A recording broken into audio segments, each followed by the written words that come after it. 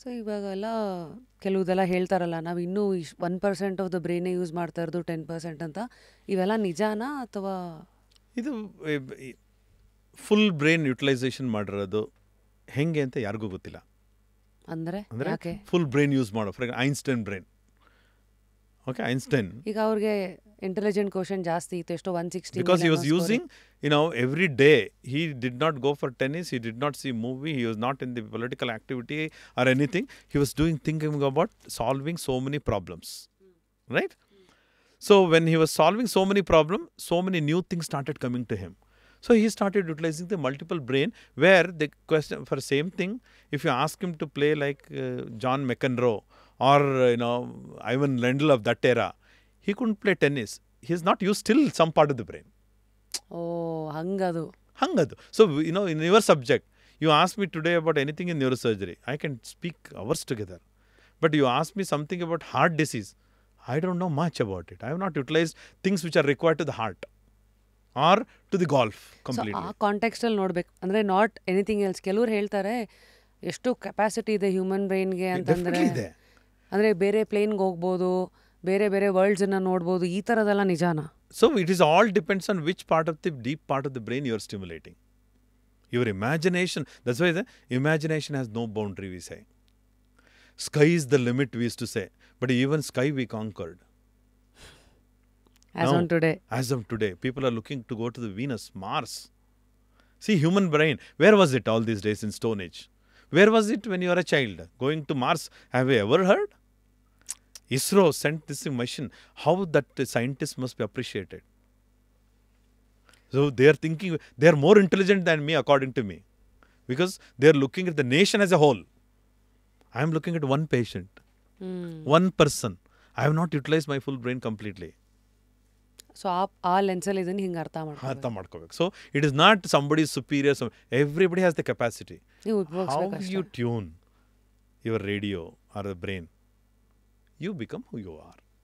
So any tips on, ಕೆಲವ್ರಿಗೆ ನಾವು ಆಡು ಭಾಷೆನಲ್ಲಿ ಹೇಳ್ತಾ ಇರ್ತೀವಿ ಸಖತ್ ತಲೆ ಓಡುತ್ತೆ, ಸಖತ್ ತಲೆ ಇಟ್ಟಿದ್ದಾರೆ.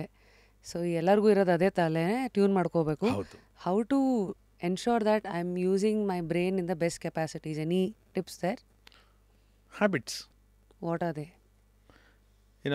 Small habits make so much a difference in your life. Habits with brain, like? For anything, So habits, if you see, I will tell you my habits of life. Sorry. I am not telling today's habit. I am telling the habit of 1 to 12 years, which shaped me what we are. Let me go back. So, if you, as an adult, to change is very difficult. I call it as child brain is a fluid brain. Means it can adapt. ಅದು ಮಗುದು ಒಂಥರ ನೀರು ಥರ. ನೀರು ನೋಡಿದಿರಲ್ಲ, in a river ದೊಡ್ಡ ಬಂಡೆ ಇರಲಿ ಅಥವಾ ಸಣ್ಣ ಕಲ್ಲಿರಲಿ, ಅದ್ರ ಸುತ್ತಲೂ ಹೋಗುತ್ತದು. ಅದು ಹಿಡಿಯತ್ತೆ ಅಂದ್ರೂ ಹಿಡಿಯಲ್ಲ, ಎಲ್ಲಿ ಜಾಗ ಸಿಗುತ್ತೋ ಲೀಸ್ಟ್ ರೆಸಿಸ್ಟೆನ್ಸಿಂದ ಹೋಗ್ತಾ ಇರುತ್ತೆ. So it knows where to reach its goal. It will reach this ocean. Adults are not like that. Adult brain ನಾನು ನೀರು ಥರ, ಮಕ್ಕಳು ಬ್ರೈನ್ ನೀರು ಥರ. ನೀವು ಅವ್ರ ಎದುರುಗೋಗಿ ನಿಂತ್ಕೊಳ್ಳಿ, ಮೆತ್ತ ಕಾಲು ಮಧ್ಯೆ ಸುಳ್ಕೊಂಡು ಹೋಗ್ತಾರೆ. ಅಡಲ್ಟ್ ಆದರೆ, why are standing in front of me, I can't get out of it. We resist because the brain becomes rigid after some time. After the age of 12, whatever the environment you are exposed, you are stopped there. You don't have too much out. You will make small change. I told you, right? After the age of 12, you are changing depending on the environment. But whatever required for your survival and progeny is already been done at 12 years. ಇದಕ್ಕೆ ಹೇಳಿದ ಹುಟ್ಟುಗುಣ ಸುಟ್ರು ಹೋಗಲ್ಲ. Correct. So, first 12 years ಅಲ್ಲಿ ಹೆಂಗೆ ಬೆಳೆದಿರ್ತೀವೋ that makes your smartness. So, in my age of 1 to 12 years, ನೀವು ಕೇಳಿದ್ರಲ್ಲ habit forming, my mother used to always tell us, get up in the morning, first pray in the bed for 2 minutes.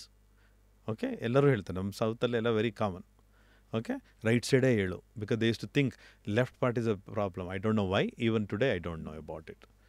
Then think good things in the morning. When you brushing, don't think forget about the ನೆನ್ನೆ ಏನಾಯಿತು, ನೆನ್ನೆ ನೀನು ಓದಿಲ್ಲ, ನೆನ್ನೆ fail ಆಗಿದ್ದೆ, ನೆನ್ನೆ teacher ಎಲ್ಲ ಮರಿ. ಮತ್ತೆ ಸ್ನಾನ ಮಾಡಿಕೊಂಡು ದೇವ್ರ ಪೂಜೆ, ದೇವ್ರ ಮುಂದೆ ನಿಂತ್ಕೋ. ವೇರ್ ಇಸ್ ದೇವರು? There is nothing. Your own mind, your self reflection. to think somebody is there in front of you who is watching you, which is nothing but the nature and environment around you. So we used to keep a Ganesha temple of my school days. I still, Ganesha statue of my house is still etched in my brain.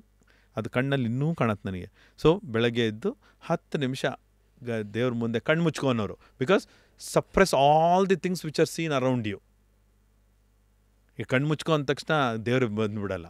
Suppress one important of the 5 senses is the touch and eye closure. So well said. ಎಲ್ಲಾನು ಪಂಚೇಂದ್ರಿಯಗಳನ್ನು ಅದಕ್ಕೆ ದೇವ್ರ ಮನೆ ಅಂತ ಇರ್ತಿತ್ತು. ಆ ದೇವ್ರ ಮನೆ ಯಾವಾಗಲೂ ಸೌಂಡ್. ದೇವ್ರ ಪೂಜೆ ಮಾಡ್ಬೇಕಾದ್ರೆ ಇನ್ಯಾರು ಕುಕ್ಕರ್ ಕೇಳಿಸ್ರೆ ಬೈತಾ ಇದ್ದಾರೆ ನಮ್ಮಮ್ಮ. ವೆಯ್ಟ್, ಎಲ್ಲರೂ ಪೂಜೆ ಮಾಡ್ತಿದ್ದಾರೆ. So suppress your ear for other things. Then clean ಬಟ್ಟೆ ಹಾಕ್ಕೊಂಡು ದೇವ್ರ ಮುಂದೆ ಸುಮ್ಮನೆ ಕೂತ್ಕೋ. ವೇರ್ ಇಸ್ ದೇವರು? Your own self. Suppress all 5 senses and start thinking what will do at the end of the day, what you want to be. ಸ್ಕೂಲ್ಗೆ ಹೋದಾಗ ನಂಗೆ ಮ್ಯಾಥಮೆಟಿಕ್ಸ್ ಕರೆಕ್ಟಾಗಿ ಆಗ್ಲಪ್ಪ, ಇವತ್ತು ನಂಗೆ ಟೀಚರ್ ಬೈದಿದ್ದಂಗೆ ಆಗಪ್ಪ, ನಾನು ಅವ್ರು ಬೈದ್ರೂ ನಾನು ಹೆಂಗಿರಬೇಕು. That's what as a child I was thinking, right? That habit. So ಎದ್ದೇಳಬೇಕು, ಸ್ನಾನ ಮಾಡಬೇಕು, ದೇವ್ರ ಪೂಜೆ ಮಾಡಬೇಕು, ಕೂತ್ಕೊಂಡು ಒಂದು ಅರ್ಧ ಗಂಟೆ ಓದಿ ಆಮೇಲೆ ಸ್ಕೂಲ್ಗೆ ಹೋಗಬೇಕು. ಸ್ಕೂಲಲ್ಲಿ ಕಾನ್ಸಂಟ್ರೇಟ್ ಮಾಡು. ಅಲ್ಲಿಂದ ಬಂದ ತಕ್ಷಣ ಮನೆಗೆ ಓಡೋದಿಲ್ಲ. ಬ್ಯಾಗ್ ಇಟ್ಟು ಕೈ ಕಾಲು ತೊಳ್ಕೊಂಡು ಮತ್ತೆ ಡ್ರೆಸ್ ಚೇಂಜ್ ಮಾಡಿ ಒಗೆಯಕ್ಕೆ ಹಾಕಿ, ಓಕೆ, ಮತ್ತೆ ಆಟಕ್ಕೆ ಹೋಗಿ ಮತ್ತೆ ಬಂದು ಕೂತ್ಕೊಂಡು ಓದು, ದೇವ್ರ ಪೂಜೆ ಮಾಡು, ಕೂತ್ಕೊಂಡು ಓದು, ಊಟ ಮಾಡು, ಮಲಗು. This is the every child, every mother teachers. I never seen anything great, anybody has done, but it is done in such a beautiful way. There is a system created, SOP created. ಈ present daily SOP ಅಂತೀವಿ. So ಅದು ಆಟಕ್ಕೆ ಹೋಗು ಅನ್ನೋದು ಯಾತಕ್ಕೆ ಹೇಳ್ತಿದ್ರು? ಇನ್ನೊಬ್ರ ಜೊತೆ ಮಿಂಗಲ್ ಆಗು, ಗೆಲ್ಲೋದು ಸೋಲೋದನ್ನು ಕಲಿ, ಓಕೆ. ಇನ್ನು ಅದು ಗ್ರೂಪಲ್ಲಿ ಎಲ್ಲದನ್ನು ಮಾಡೋದು ಕಲಿ. ಆಟದಲ್ಲಿ ಕಲಿತೀವಿ, ಗ್ರೂಪ್ ಟೀಮ್ ವರ್ಕ್ ಕಮ್ಸ್.